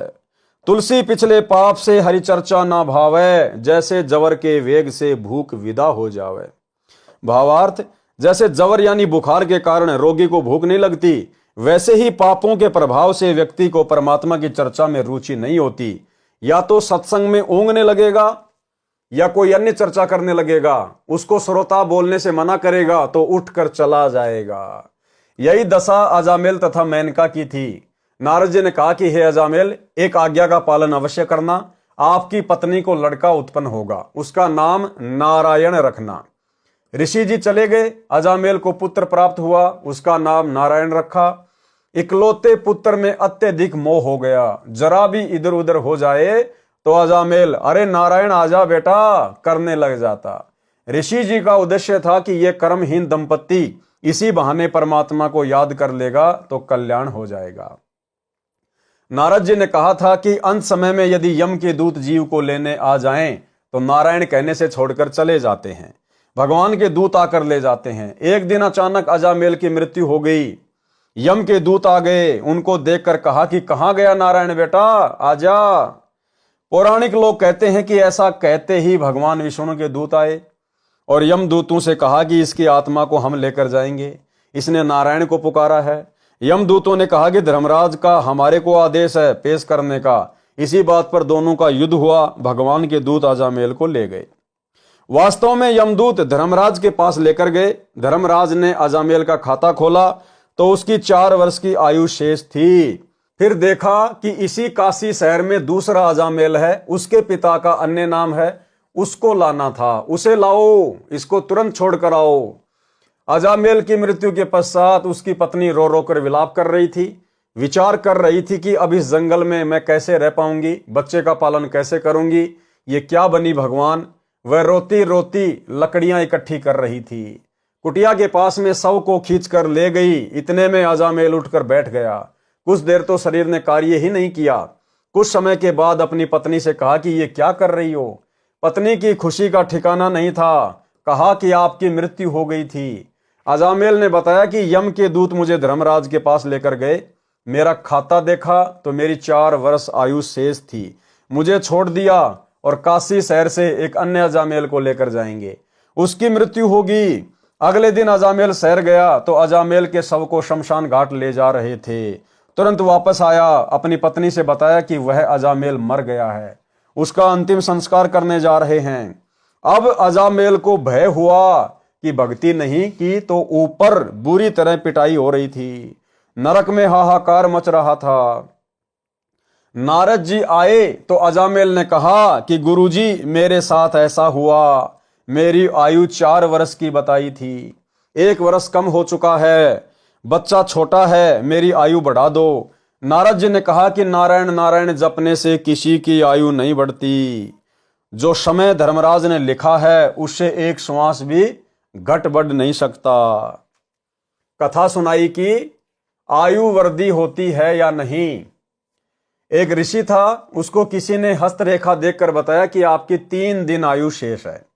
वह ऋषि चिंतित हुआ और बोला कि कोई उपाय बताओ जिससे मेरी आयु 4 वर्ष बढ़ जाए, मैं भक्ति करना चाहता हूं। ऋषि को उस ज्योतिष शास्त्री ने बताया कि आप तो अच्छे उद्देश्य के लिए आयु वृद्धि चाह रहे हो, चलो प्रजापति ब्रह्मा जी के पास चलते हैं, वे जीवों की उत्पत्ति करता है। ब्रह्मा जी के पास गए और उद्देश्य बताया तो ब्रह्मा जी ने कहा कि मैं तो उत्पत्ति तो कर सकता हूं, आयु की वृद्धि का अधिकार मेरे पास नहीं है। फिर सोचा कि विष्णु जी के पास चलते हैं। ऋषि जी का उद्देश्य अच्छा है। तीनों विमान में बैठकर विष्णु जी के पास गए, जो ब्रह्मा जी थे वो भी साथ हो लिए। मकसद बताया तो विष्णु जी ने कहा कि यह काम तो शंकर जी का है, वह संहार करते हैं, उन्हीं से प्रार्थना की जाए। ऋषि जी का जीवन वृद्धि का उद्देश्य भक्ति के लिए अच्छा है। विष्णु जी ब्रह्मा जी तथा वे दोनों सब शंकर जी के पास गए, उनको उद्देश्य बताया तो शंकर जी ने कहा कि ऋषि जी का उद्देश्य तो बहुत अच्छा है, परंतु मेरे को तो आदेश धर्मराज से आता है, उन्हीं की मृत्यु का आदेश यमदूतों भूतों को करता हूं, चलो धर्मराज के पास चलते हैं। उस दिन उस ऋषि जी की मृत्यु का दिन था। तीनों ब्रह्मा विष्णु शिव देवता तथा ऋषि और ज्योतिष शास्त्री मिलकर धर्मराज के कार्यालय में गए तथा ऋषि की आयु वृद्धि के लिए कहा तथा उद्देश्य बताया कि यह केवल भक्ति के लिए आयु वृद्धि चाहता है। धर्मराज ने उस ऋषि का खाता यानी अकाउंट खोला तो उसमें उसी दिन उसी समय मृत्यु लिखी थी। उस ऋषि की तुरंत मृत्यु हो गई। तीनों देवता धर्मराज से नाराज हो गए, कहा कि आपने हमारी इज्जत नहीं रखी, आपने ये अच्छा नहीं किया। धर्मराज ने वह लेख दिखाया जो उस ऋषि की मृत्यु के विषय में था। उसमें लिखा था कि ऋषि जी की मृत्यु धर्मराज के दरबार में ब्रह्मा विष्णु शिव तथा ज्योतिष शास्त्री की उपस्थिति में दिन के इतने बीत जाने पर हो। आप जी ने तो मेरा कार्य आसान कर दिया। ये लेख मैं नहीं लिखता, ये तो विधाता की ओर से अपने आप लिखे आते हैं। यदि आप आयु बढ़वाना चाहते हैं तो अपनी आयु में से दान कर दो, तो मैं इसकी आयु बढ़ा सकता हूं। ये बात सुनकर सब चले गए। ये कथा सुनाकर नारद जी ने कहा कि इस बचे हुए समय में खूब नारायण नारायण कर ले। नारद जी चले गए। अजामेल की चिंता और बढ़ गई कि भक्ति का लाभ क्या हुआ। 2 वर्ष जीवन शेष था। परमेश्वर कबीर जी एक ऋषि वेश में अजामेल के घर प्रकट हुए। अब भाई और बहनों, पहले भी सारा खेल नारद ऋषि के रूप में कबीर परमात्मा सतगुरु रामपाल जी भगवान ही कर रहे थे। बाद में तो परमात्मा इसलिए दूसरा रूप बना के गए क्योंकि उससे पहले परमात्मा ने नारद ऋषि के रूप में उनके अंदर भक्ति की जो है वो कसक पैदा कर दी और परमात्मा ने एक झटका दे दिया था, उसकी मृत्यु करवा दी। वो धर्मराज के दरबार में जाके आ गया। उसने वहां पर हाहाकार देखी, नरक में किस प्रकार से जीवात्माएं अपना कर्म दंड भोगती हैं। और धर्मराज ने भी कहा था कि ये तो बहुत नीच आदमी है, इसका तो 4 साल बाद में अकाउंट लेंगे, इसके साथ तो बहुत बुरी बनेगी। तो उसके अंदर इतना भय पैदा हो गया था। फिर लास्ट में गए परमात्मा किसी अन्य रूप में और उस समय परमात्मा ने फिर उसको मंत्र दिया, तब जाकर वो आजीवन भक्ति में लगा रहा। 2 वर्ष जीवन शेष था। परमेश्वर कबीर जी एक ऋषि वेश में अजामेल के घर प्रकट हुए। अजामेल ने श्रद्धा से ऋषि जी का सम्मान किया, अपनी समस्या बताई। ऋषि रूप में सत्य पुरुष जी ने कहा कि आप मेरे से दीक्षा लो, आपकी आयु बढ़ा दूंगा। लेकिन अजामेल ने नारद जी से कथा सुनी थी कि जो आयु लिखी है वह बढ़ घट नहीं सकती। विचार किया कि दीक्षा लेकर देख लेते हैं। दोनों ने दीक्षा ली, नारायण नाम का जाप त्याग दिया, नए गुरु जी द्वारा दिया गया नाम जाप किया। मृत्यु वाले वर्ष का अंतिम महीना आया तो खाना पीना कम हो गया, परंतु मंत्र का जाप निरंतर किया। अंतिम दिन भोजन भी नहीं खाया, मंत्र जाप दृढ़ता से करता रहा। वर्ष पूरा हो गया, 1 महीना ऊपर हो गया, परंतु भय फिर भी बरकरार था। ऋषि वेश में परमेश्वर आए। दोनों पति पत्नी देखते ही दौड़े दौड़े आए, चरणों में गिर गए। गुरुदेव, आपकी कृपा से जीवन मिला है, आप तो स्वयं परमेश्वर हैं। परमेश्वर जी ने कहा कि मासा घटे न तिल बढ़े, विधाता लिखे जो लेख, और साचा सतगुरु मेट कर ऊपर मारे मेख। ठीक यही घटना भाई और बहनों सन 2000 से पहले एक भगत के साथ में घटित हुई। एक ज्योतिष ने उसको बता दिया था कि ऐसे ऐसे आपकी आयु शेष नहीं है, केवल 15 जनवरी तक आपकी आयु है, उसके बाद आपकी मृत्यु होगी होगी। पूरे परिवार को चिंता, टेंशन। फिर उन्होंने सतगुरु रामपाल जी परमेश्वर जी से दीक्षा ली और मृत्यु का समय निकट था। तो परिवार वाले कहने लगे कि महाराज जी, हम तो इसको आपके पास ही छोड़कर जा रहे हैं, क्योंकि घर वालों को विश्वास नहीं था। तो गुरुदेव ने कहा कि कोई दिक्कत नहीं है, इसको नाम मिल गया है, मर्यादा में रहेगा, परमात्मा और बढ़ाएगा। लेकिन घर वालों ने कहा कि नहीं जी, हम तो आपके पास ही सेवा के लिए छोड़कर जा रहे हैं। तो घर वाले उसको छोड़ के चले गए। मालिक ने कहा ठीक है भाई, सेवा कर ले। अब भाई और बहनों, जैसे ही वो 15 तारीख आती है, उस भगत को चिंता शुरू हो जाती है। उसने खाना पीना कम कर दिया। 15 जनवरी वाले दिन तो कुछ खाया भी नहीं, उदास मायूस। तो गुरुदेव ने कहा, रे भाई कुछ खा ले पी ले, कुछ खाया नहीं पिया? उसने कहा, जी खा लिया मैंने, पी लिया। मतलब गुरुदेव से वैसे उसने झूठ बोल दिया। लेकिन दूसरे भक्तों ने बताया, जी इसने तो बिल्कुल कुछ भी नहीं खाया, बिल्कुल मायूस है, आज इसका वो मृत्यु वाला दिन है। तो गुरुदेव ने कहा कि बेटा चिंता मत कर, कुछ तो खा पी ले। तो गुरुदेव के कहने से थोड़ा बहुत उसने खाया पिया। वो 15 जनवरी का पूरा दिन निकल गया, पूरी रात निकल गई, 2 4 5 दिन भी बीत गए, 15 दिन बीत गए।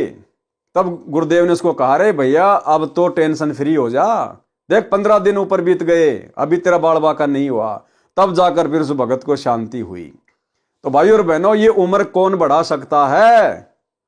अरे ब्रह्मा विष्णु महेश के कहने से धर्मराज ने भी 1 सेकंड के लिए उस लड़के की उम्र नहीं बढ़ाई और कहा कि भैया मेरे हाथ में कुछ नहीं है, ये तो ऊपर से मेरे पास में लेख आते हैं, मैं तो उसके अनुसार सारा कार्य करता हूं। तो धर्मराज के पन्नों में वो लेख कौन देता है? सभी जीवात्माओं के ये कर्मों का हिसाब कौन रखता है? परमेश्वर कबीर जी, सतगुरु रामपाल जी। और आज साक्षात ये परमात्मा धरती पे प्रकट है। गरीब जमजोरा जहां से डरे, मिटे कर्म के लेख, अदली असल कबीर है, कुल के सतगुरु एक। चित्रगुप्त के कागज फाड़ने वाला यही है एकमात्र परमात्मा धरती पे। तो ये छोटा सा सत्संग कैसे परमात्मा ने उस भगत की उम्र बढ़ाई, और ऐसे ऐसे ना जाने हजारों लाखों की परमात्मा ने उम्र बढ़ा रखी है। सुनिए, अब ऐसे ऐसे हमारे पास 1000 प्रमाण हैं।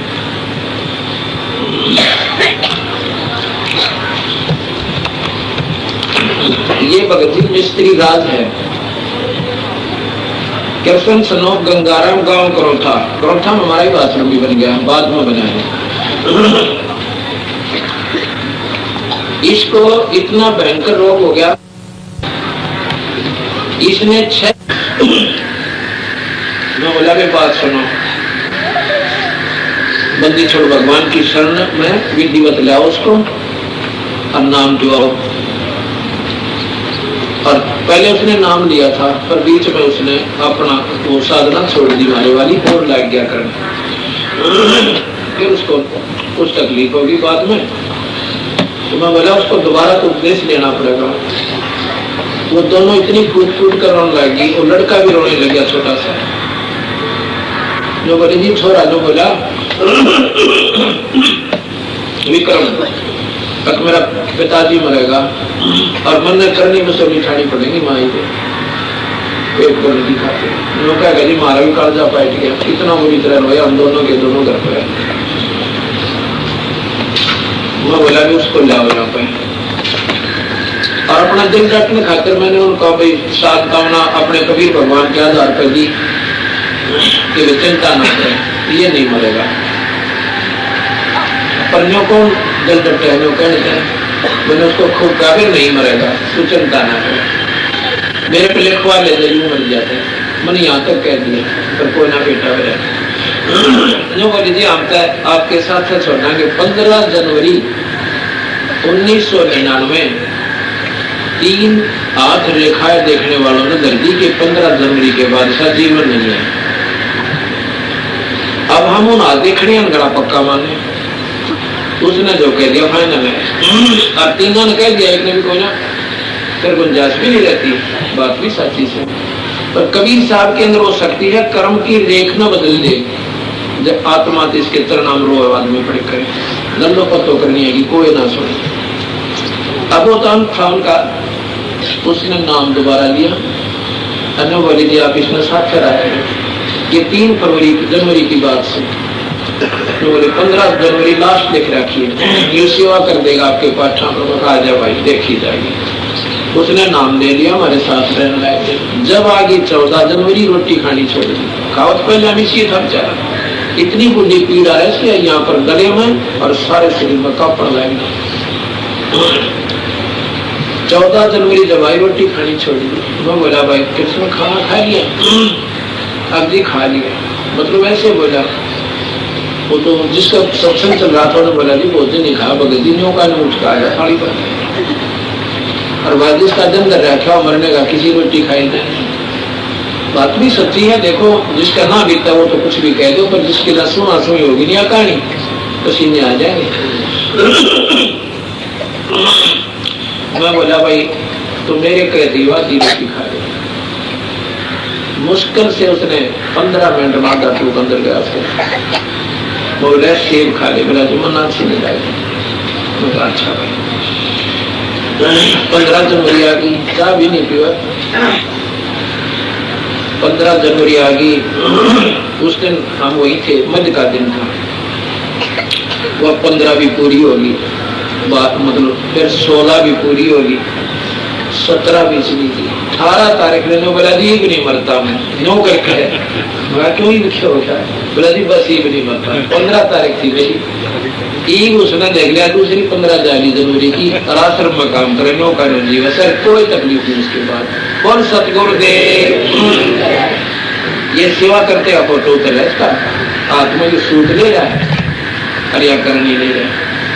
ये वहां क्रोध आश्रम में सेवा कर रहा है, कौन सतगुरुदेव। तो इस प्रकार ये पूर्ण परमात्मा है, अनंत कोटि ब्रह्मांड के भगवान से। तो भाई और बहनों, विश्वास हो जाना चाहिए, धरती पे साक्षात परमात्मा प्रकट है, और जब तक ये परमात्मा प्रकट है तभी तक मोक्ष का चांस है। और जिस दिन ये चले जाएंगे उसके बाद में केवल भक्ति चलेगी, सतयुग जैसा माहौल हो जाएगा। लेकिन मोक्ष की उम्मीद मत करना। फिर मासा घटे ना तिल बढ़े, विदना लिखे जो लेख, साचा सतगुरु मेट कर ऊपर मारे मेख। अब आपकी आयु के लेख मिटाकर कील गाड़ दी है, परमात्मा ने कहा ऋषि रूप में अजामेल को। अब आपकी आयु के लेख मिटाकर कील गाड़ दी है, जब मैं चाहूंगा तब तेरी मृत्यु होगी। दोनों मिलकर भक्ति करो, अपने पुत्र को भी उपदेश दिलाओ। पुत्र को उपदेश दिलाया, भक्ति करके मोक्ष के अधिकारी हुए। वाणी नंबर 39 का सारांश यह है कि सदना ने बकरे के मुख से सुने उपदेश प्रवचन से गुरु बनाकर राम नाम का अमृत पिया, भक्ति की, और अजामेल का मोक्ष भी तब हुआ जब वह पूर्ण परमात्मा के प्रति समर्पित हुआ। वाणी नंबर 40, गरीब नाम जलंधर कू लिया, पारा ऋषि परवान, धन सतगुरु दाता धनी, दई बंदगी दान। भावार्थ, जलंधर नाथ तथा ऋषि पारासर ने भी भक्ति की, उनको स्वर्ग स्थान ही मिला, परंतु मुझे पूर्ण सतगुरु मिले हैं जिन्होंने भक्ति बंदगी दान दी, यानी अपनी कृपा से स्वयं मेरे पास प्रकट होकर दीक्षा दी। आज भी भाई और बहनों, परमेश्वर स्वयं ही प्रकट होकर दीक्षा दे रहे हैं। वाणी नंबर 41, गरीब गगन मंडल में रहत है, अविनाशी आप अलेख, जुगन जुगन सत्संग है, धर धर खेले भेख। भावार्थ, जैसा कि ऋग्वेद मंडल नंबर 9 सूक्त 86 मंत्र 26-27, मंडल नंबर 9 सूक्त 82 मंत्र 1-2, मंडल नंबर 9 सूक्त 54 मंत्र 3, मंडल नंबर 9 सूक्त 96 मंत्र 16-20, मंडल नंबर 9 सूक्त 94 मंत्र 2, मंडल नंबर 9 सूक्त 95 मंत्र 1, मंडल नंबर 9 सूक्त 20 मंत्र 1 में कहा है कि परमेश्वर आकाश में सर्व लोकों के ऊपर के लोक में तीसरे भाग में विराजमान है, वहां से चलकर पृथ्वी पर आता है, वहां से चलकर पृथ्वी पे आता है, अपने रूप को सरल करके, यानी तेजोमय रूप को हल्का करके, अन्य वेश में हल्के तेज पुंज शरीर में पृथ्वी पर प्रकट होता है। अच्छी आत्माओं को यथार्थ आध्यात्मिक ज्ञान देने के लिए आता है, अपनी वाणी द्वारा ज्ञान बताकर भक्ति करने की प्रेरणा करता है, जैसे कि वर्तमान में कर रहे हैं गुरुदेव भगवान, सत्संग कर करके, वाणियां सुना सुना के। कवियों की तरह आचरण करता हुआ विचरण करता है, जैसे कि गांव गांव जाकर परमेश्वर ने कवियों की भांति गा गा कर, शब्द गा गा कर आदरणीय गरीबदास जी महाराज जी के सदग्रंथ साहिब को सुना सुना कर, जिन्होंने हमें ज्ञान में रंगा। कवियों की तरह आचरण करता हुआ विचरण करता है, अपनी महिमा के ज्ञान को कवित्व से, यानी दोहों शब्दों चौपाइयों के माध्यम से बोलता है। ये दोहे चौपाई शब्द इन्हीं के बनाए हुए हैं। 4 युगों में हम पुकारें, कूक कहा हम हेल रे, हीरे माणक मोती बरसें, ये जग चुगता ढेल रे। कवित्व से, यानी दोहों शब्दों चौपाइयों के माध्यम से बोलता है, जिस कारण से प्रसिद्ध कवि की उपाधि भी प्राप्त करता है। यही प्रमाण संत गरीबदास जी ने इस अमृतवाणी में दिया है कि परमेश्वर गगन मंडल यानी आकाश खंड सचखंड में रहता है, वह अविनाशी है, अलेख, जिसको सामान्य दृष्टि से नहीं देखा जा सकता। सामान्य व्यक्ति उनकी महिमा का उल्लेख नहीं कर सकता। अब देखो भाई और बहनों, क्या कह रहे हैं परमात्मा, सामान्य व्यक्ति उस परमेश्वर की, उनकी महिमा का उल्लेख नहीं कर सकता। तो भाई सन 1994 से ये परमेश्वर जो महिमा कर रहे हैं, तो भाई सामान्य व्यक्ति नहीं है, क्योंकि सामान्य व्यक्ति तो उस परमेश्वर की महिमा का वर्णन कर ही नहीं सकता। और भाई और बहनों, इस परमेश्वर को छोड़कर इस पूरी सृष्टि में बाकी सब सामान्य ही हैं। आप और हम जीव तो हैं सामान्य, ब्रह्मा विष्णु महेश भी इस परमेश्वर के आगे सामान्य हैं, दुर्गा और काल भी सामान्य हैं, अक्षर पुरुष भी सामान्य हैं, शतलोक की आत्माएं भी सामान्य हैं, केवल पुरुष एक ही है, बाकी सब आत्मा है। और ये परमात्मा स्वयं ही भिन्न भिन्न रूप धारण करके अपनी महिमा स्वयं ही करता है, क्योंकि समर्थ की महिमा और कोई नहीं कर सकता। यानी सृष्टि रचना का ये ज्ञान, ऊपर के लोगों की जानकारी इस परमेश्वर के अलावा अन्य कोई नहीं दे सकता। इसलिए यहां पर कहा है कि सामान्य व्यक्ति उनकी महिमा का उल्लेख नहीं कर सकता। वह वहां से चलकर आता है। क्या कह रहे हैं? वो सतलोक से चलकर आता है, स्वयं ही अपनी महिमा भी वो स्वयं ही आके बताता है। वह वहां से चलकर आता है, प्रत्येक युग में प्रकट होता है, भिन्न भिन्न वेश बनाकर सत्संग करता है, जैसे वर्तमान में कर रहे हैं। यानी तत्व ज्ञान के प्रवचन सुनाता है। कबीर जी ने बताया है कि सतयुग में सत सुकृत कह टेरा, त्रेता नाम मुनिंदर मेरा, द्वापर में करुणा में कहाया, कलयुग नाम कबीर धराया। गरीब सत्य पुरुष कबीर है, चारों युग परवान, झूठे गुरुआ मर गए, हो गए भूत मशान। राग बिलावल का शब्द नंबर 25 पढ़े, भक्ति की अजब प्रेरणा है। तो भाई और बहनों, आज के वीडियो में हम केवल इतना ही लेंगे। कल रात्रि 8 बजे सभी भाई बहन फिर से दास के Facebook page Pawan Das is live के ऊपर लाइव जुड़िए। तब तक गुरुदेव भगवान हम सबको आज्ञा दें, इजाजत दें, आशीर्वाद दें। बंदी छोड़ सतगुरु रामपाल जी भगवान की जय हो।